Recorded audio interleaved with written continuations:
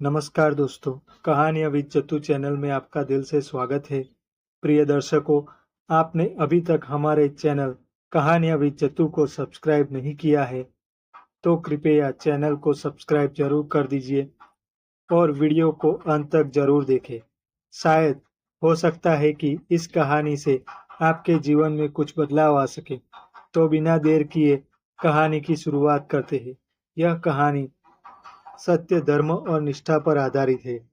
यह पति पत्नी के उस पवित्र रिश्ते को दर्शाती है जिसमें एक दूसरे के प्रति अटूट प्रेम और विश्वास होता है, चाहे कैसी भी परिस्थिति क्यों ना हो। इस कहानी के नायक आर्यन ने अपनी पत्नी वैदेही का साथ कभी नहीं छोड़ा। यह कहानी 3 प्रमुख घटनाओं के माध्यम से उस सत्य को उजागर करती है जो इस रिश्ते की नींव है। गंगा नदी के किनारे स्थित छोटे से गांव शिवपुर में आर्यन और वैदेही अपनी सादी और शांतिपूर्ण जिंदगी जी रहे थे। आर्यन एक साधारण शिक्षक था और वैदेही गांव के बच्चों को पढ़ाती थी। उनका जीवन सुखमय था जब तक कि गांव के प्रभावशाली व्यक्ति बलराज सिंह ने वैदेही पर चोरी का झूठा आरोप नहीं लगाया। एक दिन बलराज सिंह ने गांव की पंचायत में कहा, वैदेही ने मेरे घर से सोने के कंगन चुराए हैं। यह औरत गांव की प्रतिष्ठा को बदनाम कर रही है। इसे दंड मिलना चाहिए। गांव वाले बलराज के प्रभाव में आ गए और वैदेही को कटघरे में खड़ा कर दिया। आर्यन ने पंचायत में खड़े होकर कहा, मेरी पत्नी निर्दोष है। मैंने उसे हमेशा सत्य और धर्म का पालन करते देखा है। मैं उसकी रक्षा करूंगा, चाहे इसके लिए मुझे अपनी जिंदगी क्यों ना देनी पड़े। आर्यन ने बलराज के घर जाकर जांच की और सबूत ढूंढने का प्रयास किया।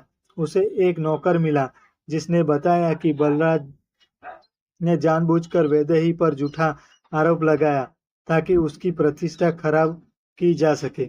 आर्यन ने इस गवाही को पंचायत में पेश किया।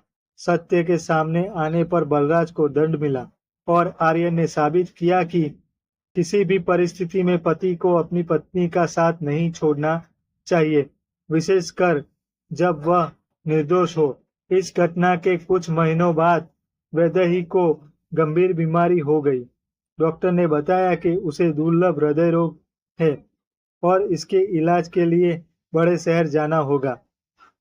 आर्यन के पास इतने पैसे नहीं थे, लेकिन उसने अपनी जमीन बेच दी और वैदेही के इलाज के लिए हर संभव प्रयास किया। शहर के बड़े अस्पताल में वैदेही का इलाज शुरू हुआ। आर्यन ने न केवल अस्पताल में उसके साथ समय बिताया, बल्कि उसकी हर जरूरत का ध्यान रखा। जब वैदेही कमजोर हो गई और उसने कहा, मुझे अकेला छोड़ दो आर्यन, मैं तुम्हारे ऊपर बोझ नहीं बनना चाहती। आर्यन ने उसका हाथ पकड़ते हुए जवाब दिया, तुम मेरा जीवन हो। तुम्हें अकेला छोड़ना मेरे लिए संभव नहीं है। जब तक मैं जीवित हूँ, तुम्हारे साथ खड़ा रहूंगा।